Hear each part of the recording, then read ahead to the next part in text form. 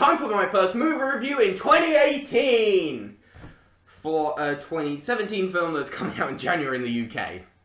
I'm going to an advanced preview of Pixar's latest Coco, which has had okay trailers that haven't got me that excited to see it, but it's been out in America for a while where it's gotten really good reviews, and another Disney movie called Moana I thought had okay trailers, and that turned out to be my favourite movie in 2016.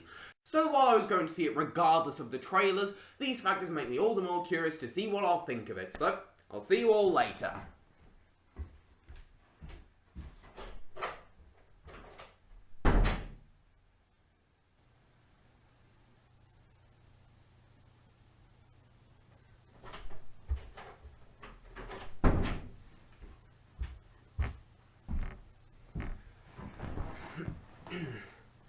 So animated films have been a big part of my movie reviews. I saw plenty of great ones in 2016 that I still love to rewatch, whereas 2017 was nowhere near as good, though I enjoyed the ones I saw. 2018 looks like it'll be an interesting year for the art form, and this is where it begins. And I have to say, this is the best animated film I've seen in cinemas since Moana. I suspect that Disney/Pixar's marketing technique is to make their films look like they're not going to be that good because they know people will see it because of the studio behind it. And if that's the way they want to keep going, that's fine by me, as this is another movie that really surprised me in many different ways, all of which were good. Something I realised a while ago is that people don't often mention the animation in Pixar films, and that includes myself.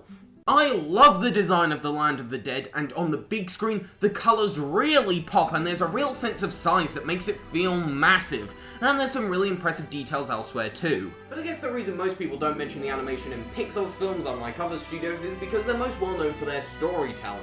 Actually, this is a very similar film to Moana. It follows the traditional story of character wants something, parent/guardian forbids it, they get said thing, the rest of the movie follows. But where Moana succeeded with its story was its great and lovable characters and the interesting culture it presented to the viewers. This is exactly the same, but seeing as this is Pixar, it's much more emotionally powerful. I'm not gonna lie, there's a scene towards the end that almost made me cry. Aww. I said almost! And judging by all the sniffing I could hear in my theatre throughout the scene, I'd bring a few tissues if you're easily moved to tears. But that's the magic of the film. You're so enchanted by these characters that you feel a connection with them. There's also a plot point introduced about 3/4 of the way through, and at first I wasn't too sure about it, but it fits with the story and the characters that I just let the movie roll with it. Watching Coco made me realise just how much I missed seeing Disney and Pixar animation on the big screen, especially when I'm skeptical about them from the trailers, and having the final product prove me wrong.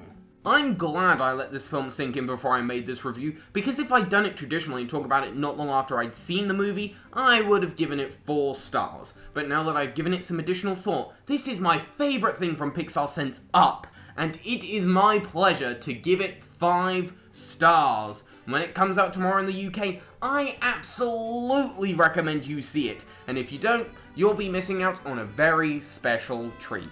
There's gonna have to be some damn good movies for this not to make my top 3 favourites of 2018, and I hope you'll all enjoy joining me for another year of movie reviews. But in the meantime, I'm off to see Coco again!